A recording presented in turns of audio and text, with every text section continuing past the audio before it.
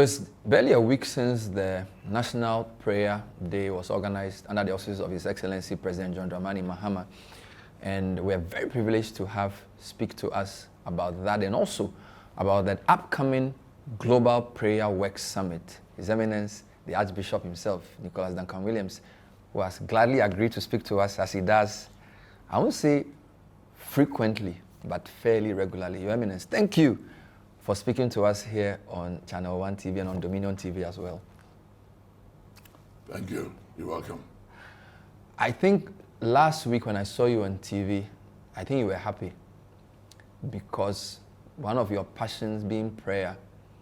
I was looking at how you were conducting yourself as you prayed for the president and the vice and all the work that had gone into that program. And I said, this man is very happy. But it seems to me this is not the first time we've done such a National Day of Prayer, correct?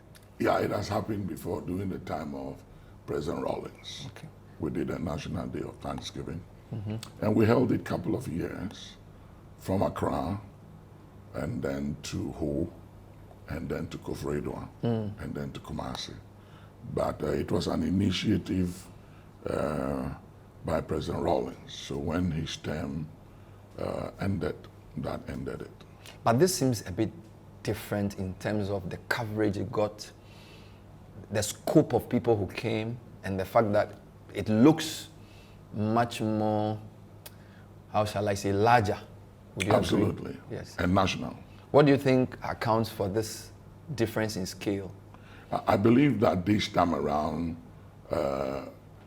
looking back to then and now, I believe that one of the initiatives of the president and the team working was to mobilize all the religious council from the Catholic bishops, the Christian council, Pentecostal council, the NAC, get all the bodies involved.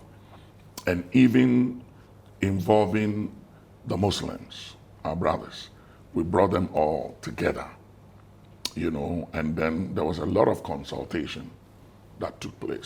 They went to consult the traditional rulers and also the chief imam and all the religious bodies in the country. So it wasn't just the decision of the president, it was his initiative. But the strategy was to get everyone involved. All stakeholders must be involved. Some people say, you African country, you need to develop. Why are you doing National Day of Prayer on Republic Day? Think about economic development. Why is it important for a nation to come together to pray? If you look at America, the Americans, and you look at the British, in 1940, His Majesty King George VI declared a National Day of Prayer when they were confronted by Hitler's troop. And also, it was twice when the army of the UK were trapped at Dunkirk. And there is in history called the miracle of the Battle of Dunkirk. Twice a National Day of Prayer was declared. And then a National Day of Thanksgiving after that prayers were answered was also declared. I think that the God factor in the governance of every country is very, very critical if we are going to do well. And most of the countries we look up to, whether it's North America or Europe, a lot of them have had history of having God in their affairs and in their governance. It's just that a generation has come up today that for the failure of fathers or parents raising them up with the knowledge of God, just believe that science and working hard and systems, it's okay, and they ignore the supernatural or spirituality. But I have zero tolerance for people who have no value and respect for the supernatural, for spirituality, because man is a spirit, soul, and body. And the reason why people die is because when your spirit departs from your body, you're finished, you're gone. The body don't function without the spirit. It's the spirit that keeps the body and the soul of man alive. So it's very important, and I think that the president should be highly commended for the boldness to declare a national day of prayer and thanksgiving, where prayers are offered to God, because in the book of Daniel, the 4th chapter, the 17th verse, the Bible says that all the living may know that the Most High rules in the affairs of men and give the kingdoms of men, not Israel, but the kingdoms of men to whomsoever he wills, chooses, or pleases. Wow. You made some comments during the prayer. You prayed as well, and the media covered something where you said you are really hoping for the day where no Ghanaian will be queuing just for visa to another country because they've developed better. Can you throw a bit more light on your heart in that commentary? It breaks my heart anytime I see our people, our citizens, queuing for visas to leave this country. And then I meet so many of them outside, all over the nations, living for years without legal papers to work. And so they work for hours and days, and they earn crumbs because they don't have the legal document, to get a proper job and to earn what they deserve. And I believe that with the kinds of blessing God is giving to us, like I said, in the 50s and 60s, Ghana was more developed than a lot of countries, than South Korea, Singapore, Malaysia, Finland, and even to a point China. And this retrogression must be arrested with the gold we are blessed with the oil and cocoa. Truly speaking, if things are well handled and managed, our people and our children must not leave this country to seek for greener pastures anywhere in the world. You are very strong on leadership. And so when the College of Men of God asks you to pray for the president and the vice, I know you've prayed for many presidents. How important is it for us to pray for those two who are leading what they call a reset, right? Because the government says it's a reset. President Mahama and Vice President Jenano Pokajima.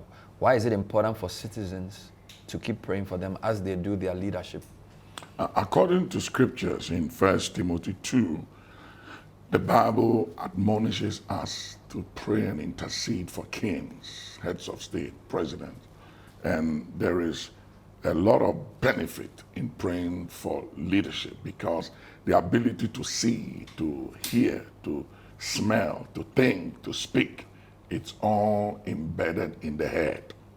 And so praying for leaders and the head is very critical for the success, progress, development of any country or nation in the world.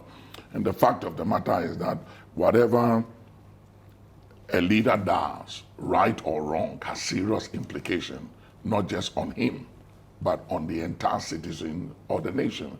And so it is highly commended and recommended, and it's also a command that we intercede and pray that those in authority will have wisdom. And if you look at the 50s, the 60s, and the early 70s, we've had some great leaders, and I think that there's a big vacuum, when it comes to visionary leaders and also selfless leadership in the continent today.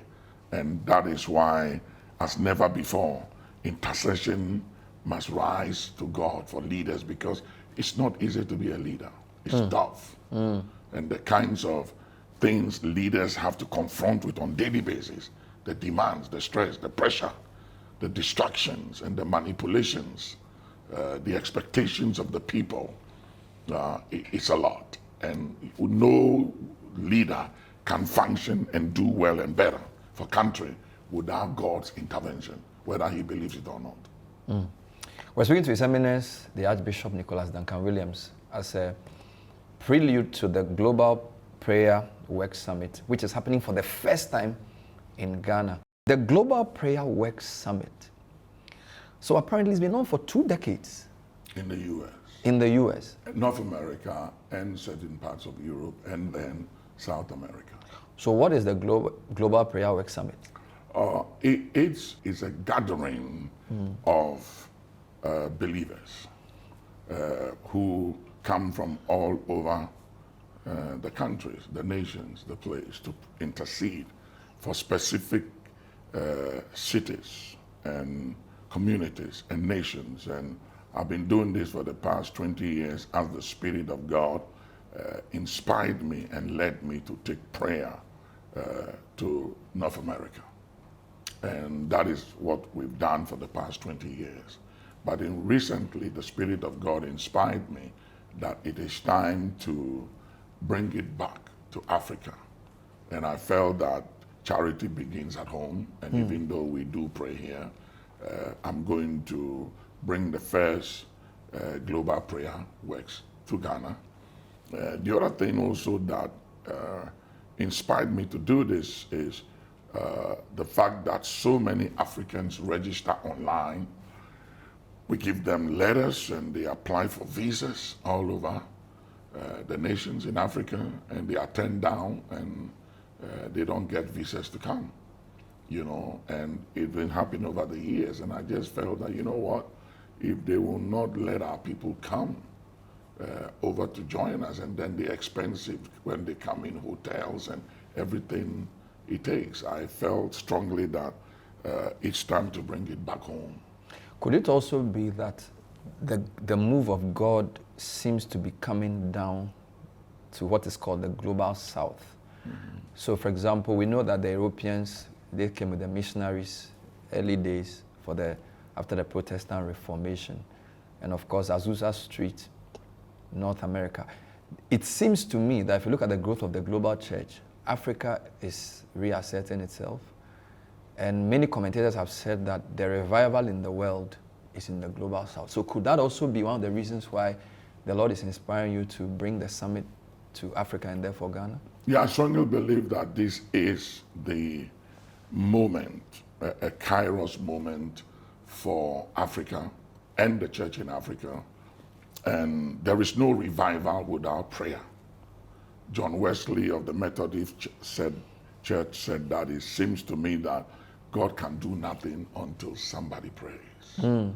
And Charles Spurgeon in the 18th century said, I'd rather train one man to pray than to train 10 people to preach. So there's something about intercession. The truth of the matter is that in the beginning, in the Garden of Eden, prayer was not necessary. It wasn't needed. But when man ceded his dominion mandate and committed treason, you know, and decided that he would do better without God, and broke away from the principles of God and decided to be independent of God, and the enemy stepped in, prayer became a daily necessity because man was the governor of the entire earth, and he ceded that dominion to the devil and made the devil the god of this world. So the devil rules this earth, and the only thing that overrides him is when prayer goes up. And when prayer goes out, it gives heaven the authorization to intervene in the affairs of men. Before that, that wasn't necessary. So prayer is a daily necessity. The Bible says, that is one of the things I'll be dealing with at the summit, where the Bible says that, is there anyone afflicted in pain? Is there anyone suffering? Is there anyone oppressed? James 5:13, he said, let him pray. It is a very clear, what I would call a solution, a prescription, an antidote to affliction. Is there any among you in pain, suffering, oppressed? Let him pray, period. Now, a very wealthy guy bought a car for the daughter. She was in uni. And she drove the car for 18 months. One day she was coming home and the car broke down. So she left the car on the highway, came home, and the dad said, "Where's your car?" She said, "It broke down, I left it on the highway." Daddy said, "Welcome home, girl, no problem." So he called the mechanics to go tow the car to the workshop. They took the car to the workshop. The engine was damaged. And they realized that for 18 months, he never changed the oil. And so the dad said, "Have you been changing your oil?" She said, "I didn't know I have to do that." And he said, "Have you read the manual?" She said, "No, I haven't read any manual. I didn't know there was a manual in the car." And he said, "But there's a manual that gives you instructions how to handle the car." Every manufacturer, when they create things, it comes with a manual. And as long as you follow the instructions of the manual, things work. The Bible is the manual that God has given to man that governs our life from the day we were born to the day we check out from this earth. And the instruction of that manual says, if you are in pain, you are afflicted, oppressed, facing any challenge, you pray. And one of the messages I'm going to be tackling and preaching on at this global prayer works is this: when things don't make sense, that is the time to pray. Wow. And if you look at this country in Africa, there is no reason why we shouldn't be doing better than we are doing. If you look at Singapore, Malaysia, South Korea, and others compared to us, we have retrogressed. If you look at where we were in the 50s and 60s, and it's very clear that something is wrong because things don't add up. There is an error somewhere. And that is one of the main reasons why we have to pray like we've never prayed before. Since independence, this nation have gone to the IMF 18 times with our gold, cocoa, discovery of oil, and other minerals. It shouldn't be so. So something is not adding up.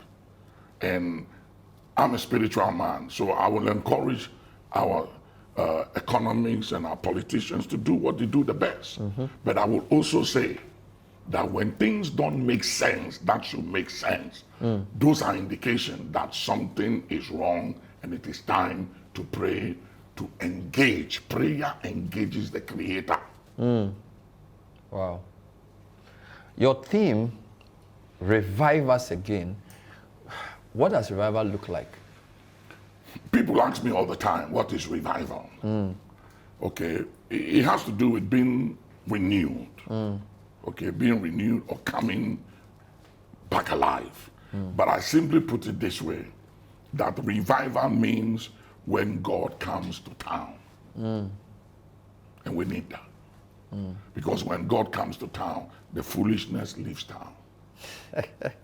And there's too much foolishness all across the nations. And we need God to come to town for there to be order. There's too much disorderliness. And when God comes to town, things that are out of order comes into order. And things that are out of alignment comes into alignment. And this nation and the nations of Africa, we need some realignments to get us back on course. We've lost our way. For Ghana, 68 years, we've been wandering in the wilderness. It's time for us to find our way. And God is that light and that guidance we need to bring us back home. I can feel the passion for the continent. You are clearly a prophet of the continent. You feel the pain of the country. So and I notice every time there's political unrest in any part of the continent, you are very unhappy, very worried. Even though you travel and talk to the leaders, you believe prayer can solve what diplomacy and meetings have not been able to solve.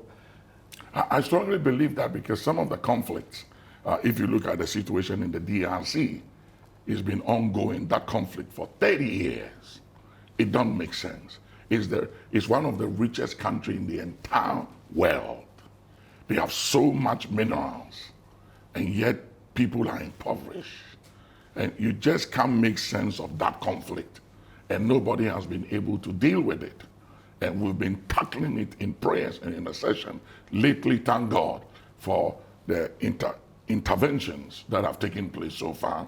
And the peace treaty has been signed in Washington. And we are believing that Rwanda and the DRC will be able to find a common ground to work together and to bring a permanent peace to that region.